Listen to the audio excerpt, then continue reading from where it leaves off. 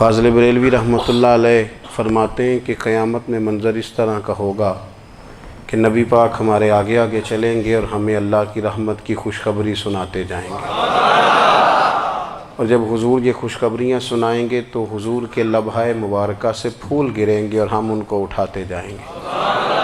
فرماتے ہیں خود تو وہ تھوڑی دیر کے لیے روئیں گے اللہ کی بارگاہ میں کہ یا اللہ انہیں معاف کر دے، خود روئیں گے لیکن ہمیں ہنسا دیں گے۔ پیش حق مجدہ شفاعت کا سناتے جائیں گے، آپ روتے جائیں گے پر ہم کو ہنساتے جائیں گے۔ اور باغ جنت میں محمد صلی اللہ تعالیٰ علیہ وسلم، باغ جنت میں محمد مسکراتے جائیں گے، پھول رحمت کے گریں گے ہم اٹھاتے جائیں گے۔ حشر تک ڈالیں گے ہم پیدائش مولا کی دھوم، اور مثل فارس نجد کے قلعے گراتے جائیں گے۔ اور کیا ذوق بیان کیا، فرمانے لگے خاک ہو جائیں عدو جل کر مگر ہم تو رضا، دم میں جب تک دم ہے ذکر ان کا سناتے جائیں گے۔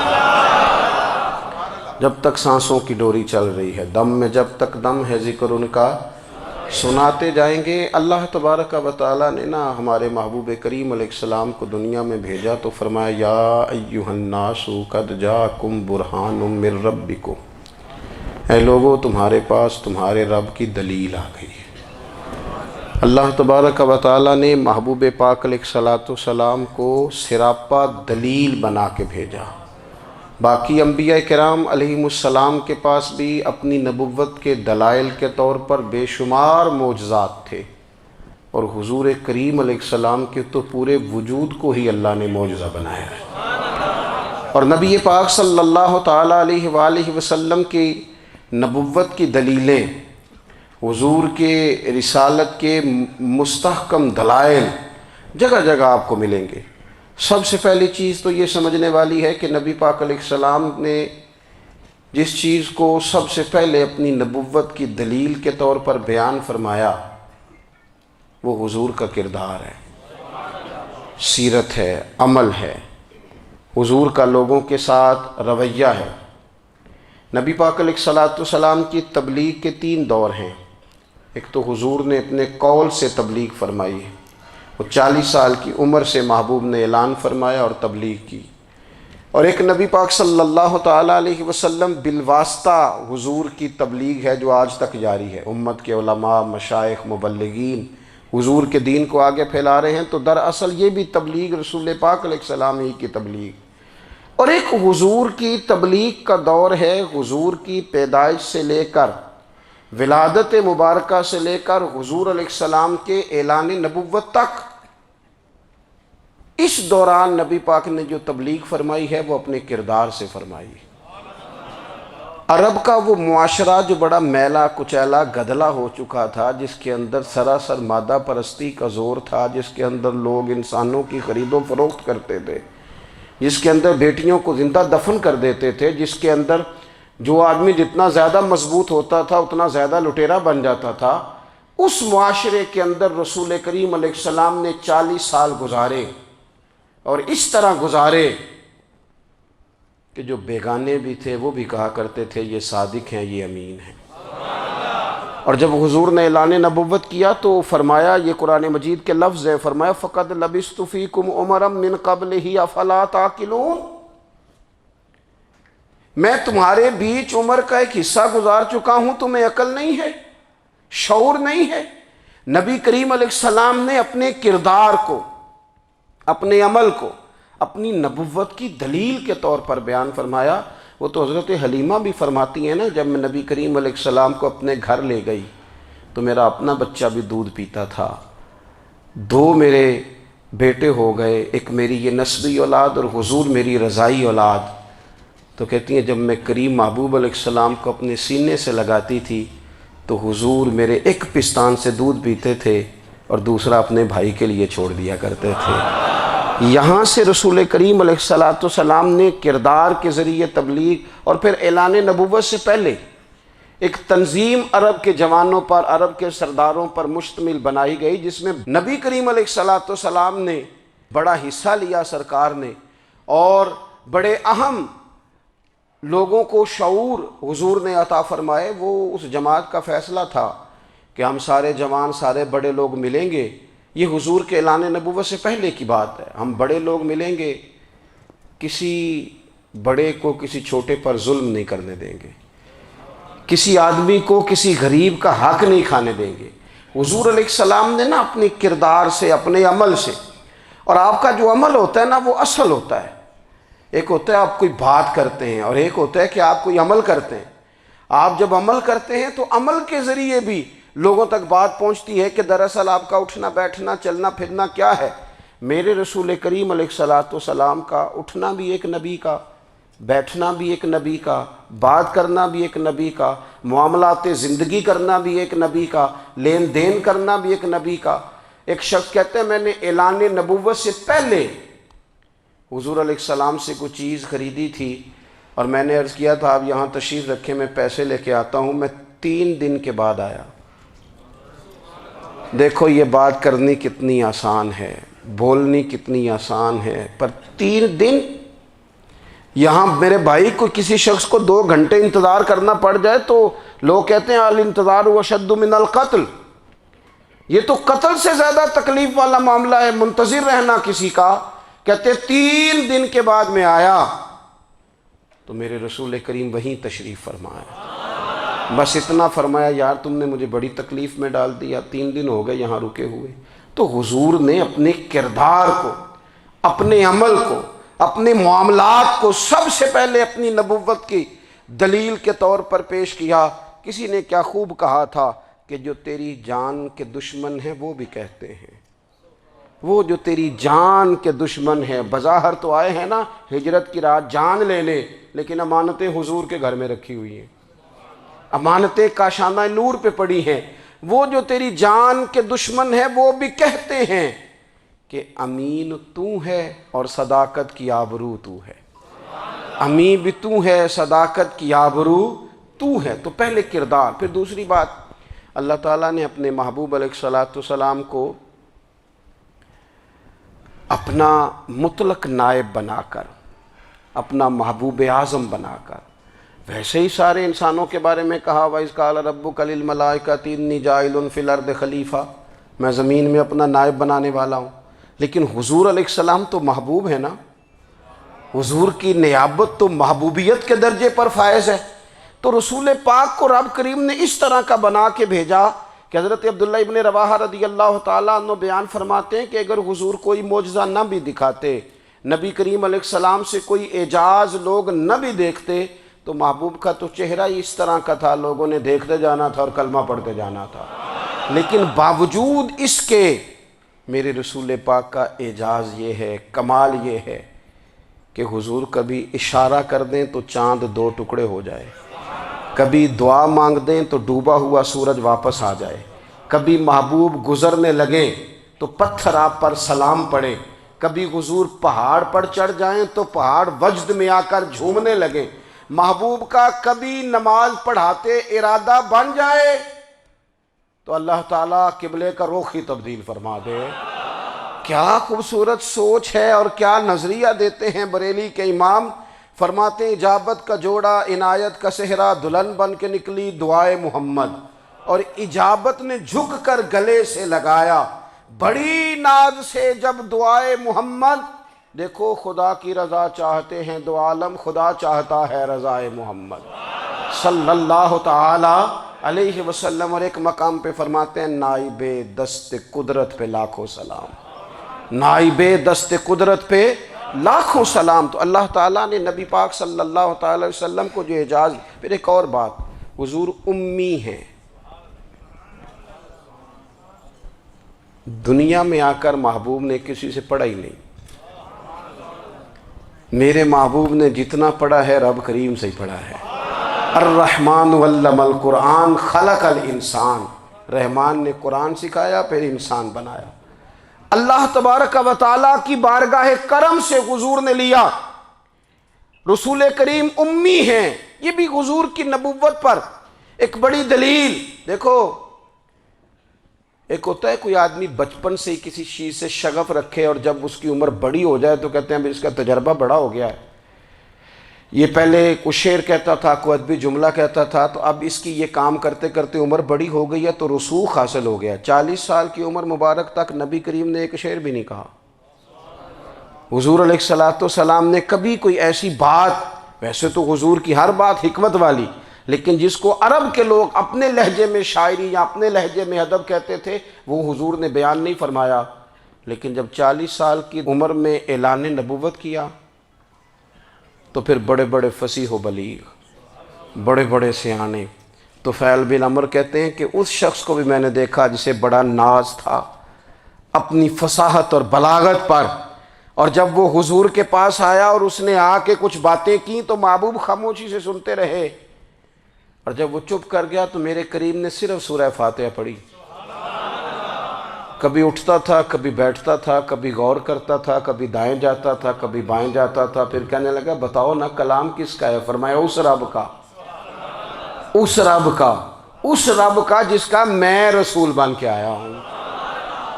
نبی کریم صلی اللہ تعالیٰ علیہ وسلم امی ہیں، لیکن حضور نے کائنات کے رازوں سے پردے ہٹا دیے، نبی کریم نے جینے کے سلیقے بتا دیے، حضور نے ہر شخص کو اس کے مقصد حیات سے آگاہ کر دیا۔ نبی کریم علیہ السلام نے وہ فلسفہ حیات بیان کیا کہ لوگوں کو صرف جینے میں ہی مزہ نہیں آیا، مرنے میں بھی مزہ آنے لگا۔ لوگ آگے بڑھ بڑھ کے جانیں پیش کرنے لگے، اپنی اولادیں قربان کر، جو فلسفیوں سے کھل نہ سکا اور نکتہ وروں سے حل نہ ہوا، وہ راز ایک طیبہ والے نے بتلا دیا چند اشاروں میں۔ محبوب کریم امی ہیں، لیکن حضور نے اس طرح دنیا کو سکھایا، اس طرح دنیا کو پڑھایا، اس طرح حضور نے علم کے چراغ اور دیپ روشن کیے کہ قیامت تک جسے روشنی ملے گی نا، اسے صرف دروازہ مصطفیٰ سے ملے گی، اسے رسول کریم علیہ السلام کے در دولت سے ملے۔ کچھ لوگوں نے کہا کہ یہ اپنے پاس سے آیات بنا کے لاتے ہیں، اپنے گھر میں بیٹھ کے دعوے کر لینا تو کوئی مشکل کام نہیں نہ ہوتا، سارے لوگ ہی کر لیتے ہیں۔ بلکہ وہ ہمارے ایک بزرگ کہا کرتے تھے، خیالی پلاؤ پکائیے ٹکی ہو کدے بھی کاٹ نہ پائیے، کیونکہ کون سا پیسوں کا ڈالنا ہے، زیادہ ڈالیں آپ اور زیادہ ڈالیں۔ بہت سارے لوگ ہیں آج بھی، کچھ لبرل ہیں بیچارے، کچھ دین بیزار طبقہ ہے، وہ کہتے ہیں جناب ہمیں تو جدید باتیں بتائیں، ہمیں تو نئے اسلوب کے مطابق لے کے چلیں، ہمیں تو او بھائی سن، میرے نبی پاک علیہ السلام نے فرمایا میرا قرآن کبھی پرانا نہیں ہوگا، اسے پڑھ کے دیکھ، اس کی جدت کا حسن دیکھ، یہ تو کھلا ہوا باغ ہے، تو ایک دفعہ اس کے قریب آئے گا تو خوشبو ملے گی، دوسری دفعہ آئے گا تو اس سے زیادہ تازی ملے گی، ایک دفعہ پھل کھائے گا تو مزیدار ہوگا اور دوسرا کھائے گا ہو سکتا ہے شکل ملتی جلتی ہو لیکن ذائقہ بڑا نرالا ہوگا۔ تو تو صحیح نا، جب کچھ لوگوں نے کہا یہ خود سے بنا کے آیات لاتے ہیں تو فرمایا وَإِن كُنتُمْ فِي رَيْبٍ مِّمَّا نَزَّلْنَا عَلَىٰ عَبْدِنَا فَأْتُوا بِسُورَةٍ مِّن مِّثْلِهِ، اگر تمہیں کوئی شک ہے اس میں جو ہم نے اپنے بندہ خاص میں نازل کیا ہے تو تم بھی اس جیسی ایک آیت بنا کے لاؤ۔ اور چلو چیلنج کھلا ہی دے دیا، فرما وَادْعُوا شُهَدَاءَكُم مِّن دُونِ اللَّهِ،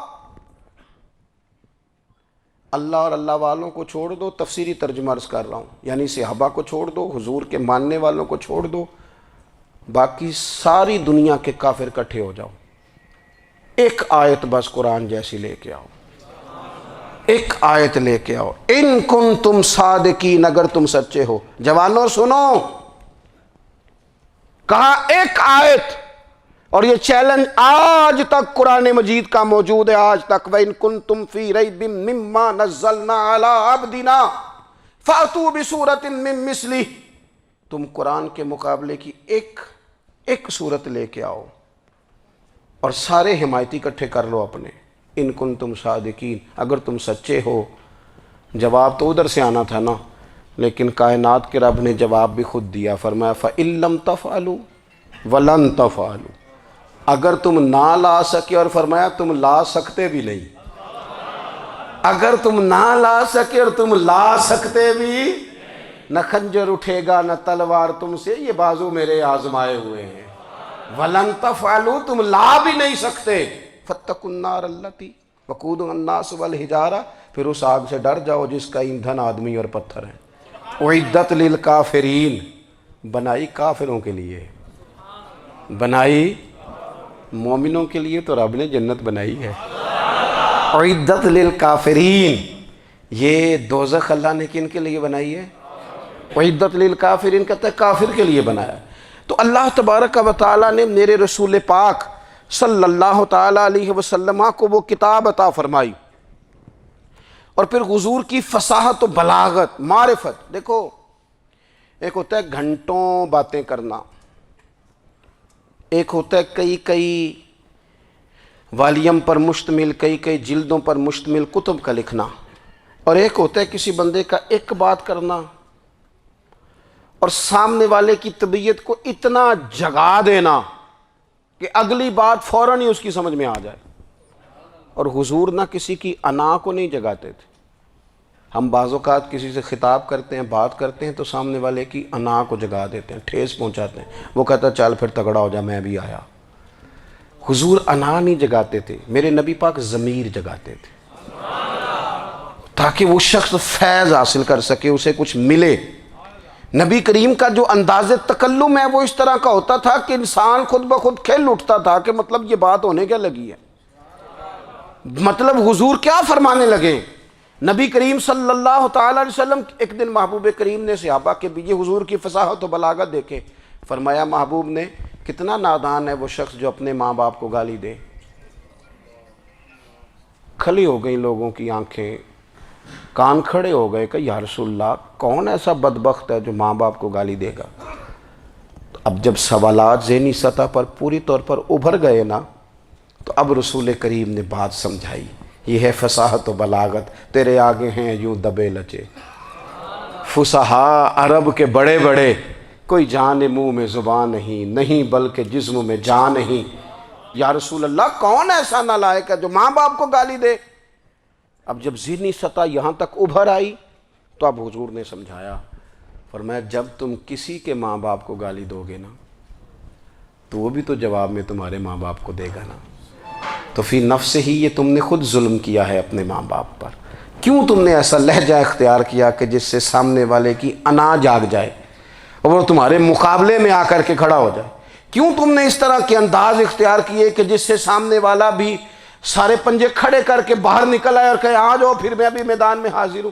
رسول کریم کی فصاحت، بلاغت دیکھیں نا، حضور دو چار جملوں میں ساری بات سمجھا جاتے ہیں۔ ایک حدیث پاک اگر ہماری سمجھ میں آ جائے، ایک روایت نبی پاک صلی اللہ تعالیٰ علیہ وسلم نے فرمایا خوبصورت مسلمان وہ ہے جو بے مقصد باتوں کو چھوڑ دے۔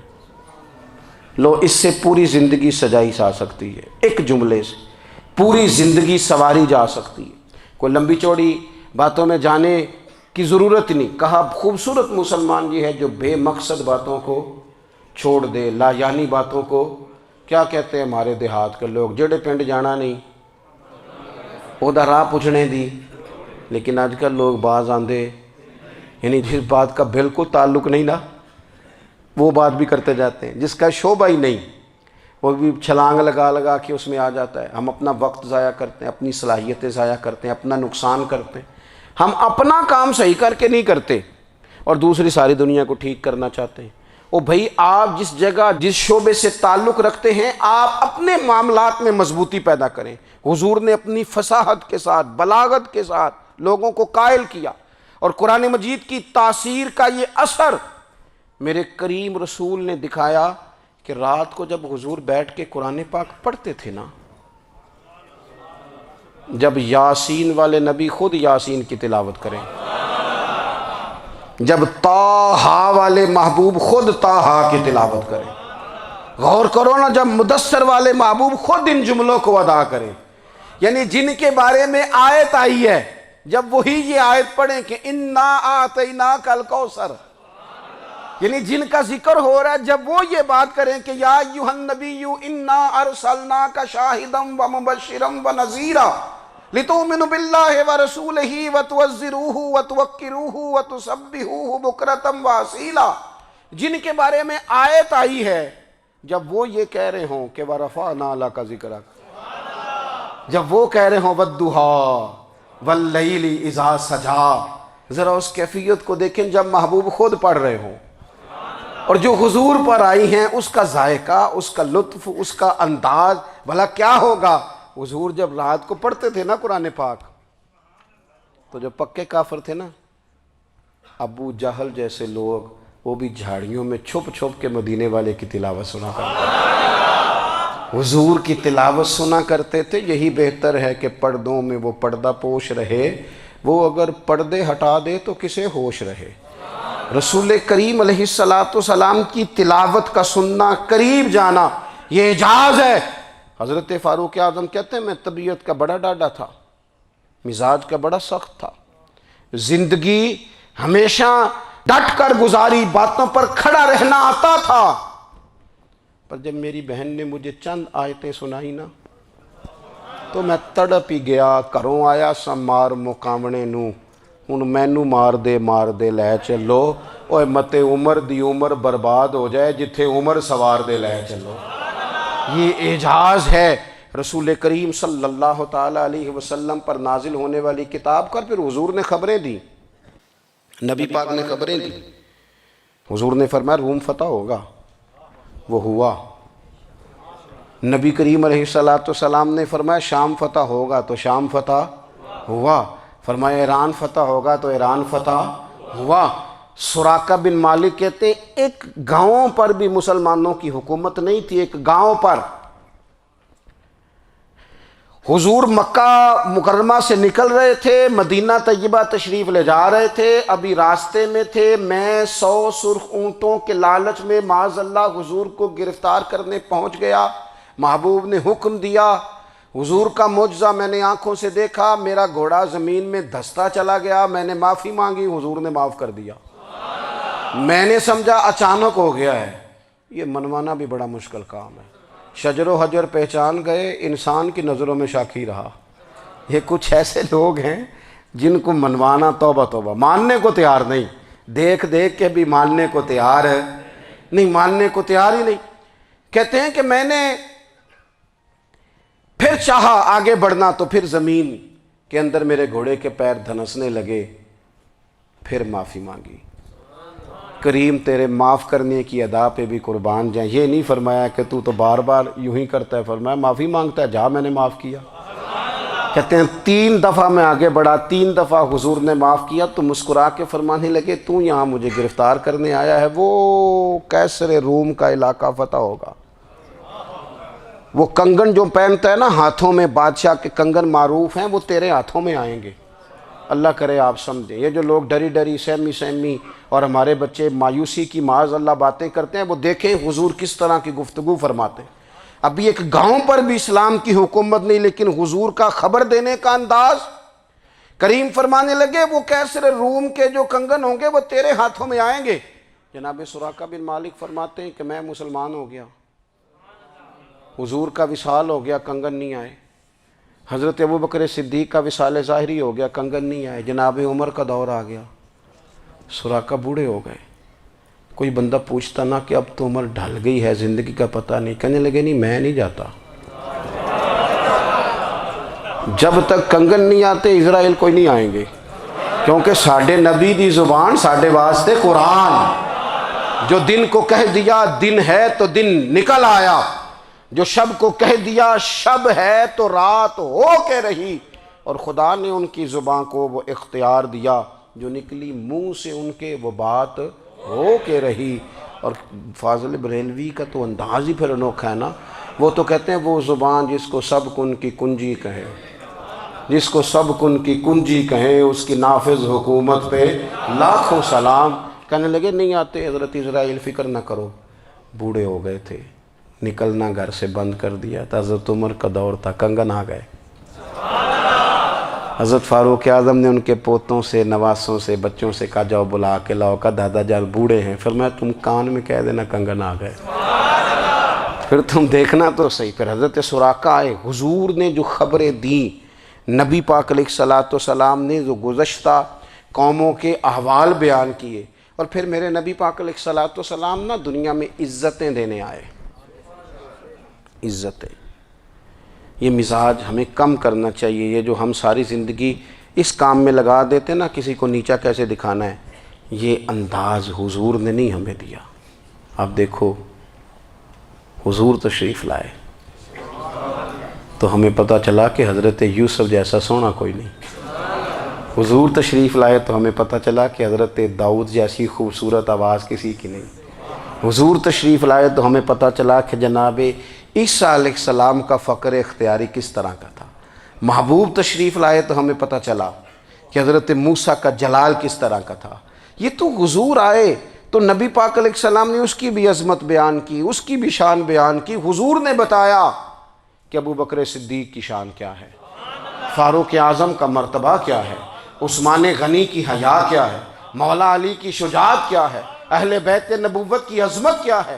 حضور آئے عزتیں دینے، ماں کو عزت دی مدینے والے رسول نے، کہا جس کا باپ راضی ہو گیا اس کا رب راضی ہو گیا، فرمایا جو 2 بیٹیاں 3 بیٹیاں 4 بیٹی بہنیں یا 1 بیٹی یا بہن بیاہ کے آ گیا نا، اس طرح میری 2 انگلیاں جڑی ہوئی ہیں میرے ساتھ جڑ کے جنت میں جائے گا۔ رسول کریم صلی اللہ تعالی وسلم نے عزت دی، حضور عزتیں دینے، کوئی اعزاز نہیں، ان پڑھ بندہ ہے، سادہ ہے، غریب ہے، مزدوری کرتا ہے، ہاتھوں پہ چھالے، یا رسول اللہ اس کا بھی کوئی اعزاز ہے؟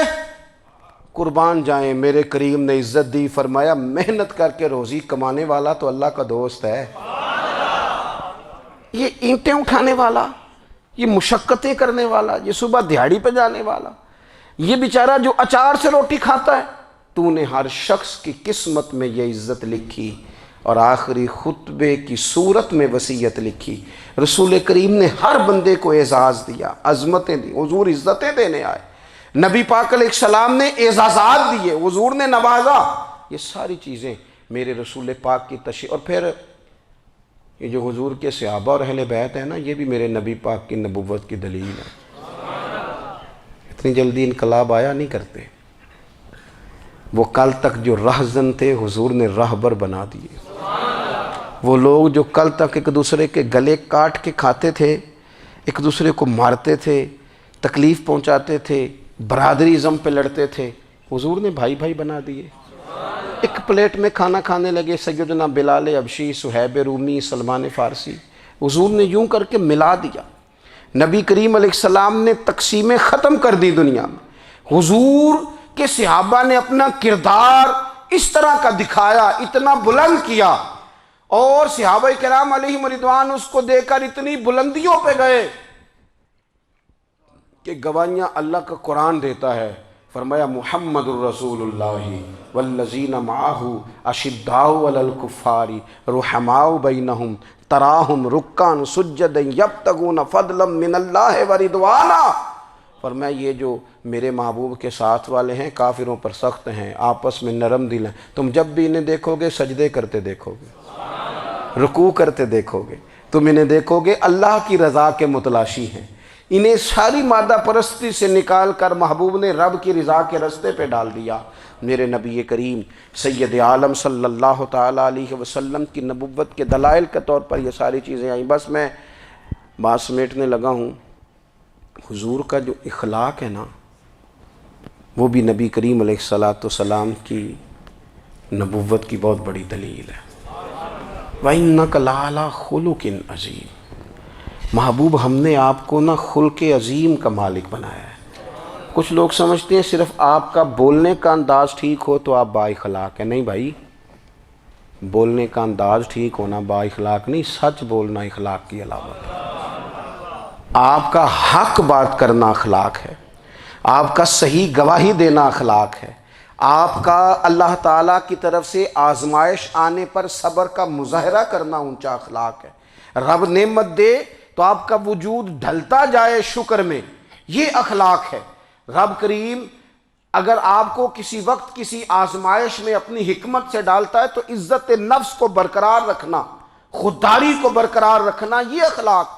نبی پاک نے اعلیٰ ترین اخلاق کی بات بتائی، اعلیٰ ترین۔ حضور نے لوگوں سے بیعت لیتے وقت کہا تھا میرے ہاتھ پر بیعت کرو، چوری نہیں کرو گے۔ نبی پاک علیہ السلام نے مختلف امور پر بیعت لی۔ حضرت حکیم بن حزام کہتے ہیں حضور نے میرے ہاتھ پہ ہاتھ رکھ کے کہا میرے ہاتھ پہ ہاتھ رکھ کے بیعت کرو کہ کسی دنیا دار سے سوال نہیں کرو گے، خودداری سے زندگی گزارو گے، عزت نفس سے، جو رب نے تمہیں دیا ہے تم اس پر راضی رہو گے، لوگوں کی جیبوں کو ٹٹولنا، دوسروں کی دولتوں پہ راج کرنا، دوسروں کے مال پر نگاہیں ڈالنا اللہ کے حبیب نے پسند نہیں فرمایا۔ فرمایا بیعت کرو کہ تم کبھی کسی سے سوال نہیں کرو گے۔ حد ہو گئی، نبھانے والوں نے پھر اس عہد کو نبھایا اور کمال کر دی۔ حضرت حکیم بن حزام گھوڑے پہ بیٹھے تھے، ہاتھ میں درہ تھا، وہ زمین پہ گر گیا، قریب غلام کھڑا تھا، حضرت حکیم بن حزام خود گھوڑے سے اترے، درہ اٹھایا، دوبارہ گھوڑے پہ بیٹھے۔ غلام عرض کرنے لگا حضور مجھے بتا دیتے میں اٹھا کے دے دیتا۔ آنکھیں چمک اٹھیں، فرمانے لگے کیسے بتا دیتا؟ اپنے رسول سے وعدہ کیا ہے کبھی کسی سے سوال نہیں کروں گا، کبھی سوال نہیں کروں گا۔ اللہ کے محبوب نے ہمیں اعلیٰ اخلاقی قدروں کی بات ہمیں سکھائی ہے۔ ہم دیکھتے ہیں کہ بڑی جلدی 2 4 5 لوگوں کے غصہ دلانے پر ہم ساری اخلاقی حدوں کو کراس کر جاتے ہیں۔ دوستو ہمارا ایک ویژن ہونا چاہیے، ہمارے ذاتی رویے بڑے معتبر ہونے چاہیے، لین دین کے معاملات کے اندر مسلمانوں کو بڑا صاف ستھرا ہونا چاہیے۔ ہمیں اپنی معاشی زندگی میں روزمرہ کے معاملات میں ہماری توجہات کا مرکز صرف اللہ رسول کی ذات ہونی چاہیے۔ رب کریم نے اپنی حکمت سے کسی کو کتنا دیا ہے یہ اس کی حکمت کے تقاضے ہیں، ہمیں اس نے جس رنگ میں جس حال میں رکھا ہے ہمیں اپنے رب کی رضا پر بہت زیادہ مطمئن ہونا چاہیے۔ اچھا پھر ایک اور بات، جن چیزوں کو ہم نے دکھ بنایا ہے نا یہ تو وہاں دکھ تھا ہی نہیں، مہینہ مہینہ چولہا نہیں جلا، لیکن کسی جگہ اظہار غربت ہے حضور کی اولاد پاک کا یا صحاب کا یا ازواج کا، مہینہ مہینہ چولہا نہیں جلا۔ لیکن یہ اخلاق عالیہ کا حسن دیکھو، اپنے گھر مہینہ مہینہ چولہا نہیں جلا، جو مانگنے آیا اسے جھولی بھر کے عطا فرمایا، کوئی دروازے سے خالی نہیں گیا۔ عزیز بھائی اگر زندگی میں اخلاقی قدریں ہم اپنا لیں اور ہم تھوڑا تھوڑا کر کے اپنے آپ کو تبدیل کریں، ساری زندگی توجہ رہی کہ فلاں کیا کر رہا ہے فلاں کیا کر رہا ہے، تھوڑا سا گردن کو جھکا کے اپنے اوپر توجہ ڈالیں، اپنے آپ کو وقت دیں، حضور کے اخلاق عالیہ کی روشنی میں، تعلیمات حسنہ کی روشنی میں ہم اپنے کردار و عمل پر تھوڑی توجہ دیں۔ اس وقت بہت بڑی تعداد میں امت مسلمہ ہے، اور ایسا نہیں ہے کہ دولت نہیں ہے، دولت سے بھی سرشار ہیں، ہمارے ہاں بڑے بڑے انجینئر ہیں، بڑے بڑے ڈاکٹر ہیں، لیکچرار ہیں، ہمارے پاس بڑے بڑے ہاسپٹل ہیں، بڑا کچھ ہے، لیکن کردار و عمل کے بادشاہ، اپنی زندگی تقوی کی روشنی میں گزارنے والے ان لوگوں کی تعداد کم ہے۔ اگر کوئی آج بھی سارے کام نیک کرے لیکن جائیداد میں سے بیٹی کا حق رکھ جائے تو پھر اس نے کیا میلاد منایا ہے؟ اگر آج بھی جو 2 4 لوگ بیچارے اس کے زیر دست ہیں، ملازمین ہیں، ان کے ساتھ اس کا رویہ انتہائی سخت ہو تو اس نے کیا میلاد منایا؟ اگر آج بھی وہ برادری ازم کی بنیاد پر دوستیاں کرے اور چھوٹے بڑے کی وہ تقسیم رکھے، جسے حضور نے فرمایا کہ قبیلے تو تعارف کے لیے، ورنہ کسی عربی کو اجمی پر، گورے کو کالے پر کوئی فضیلت نہیں۔ اگر کوئی آج بھی اس برادری ازم کا قائل ہے پھر اس نے کیا میلاد منایا؟ اگر کوئی شخص آج بھی اپنے آپ کو مادہ پرستی میں پوری طرح دھکیل چکا ہے اور رضا الہی کا مسافر نہیں بنا تو اس نے کیا میلاد منایا؟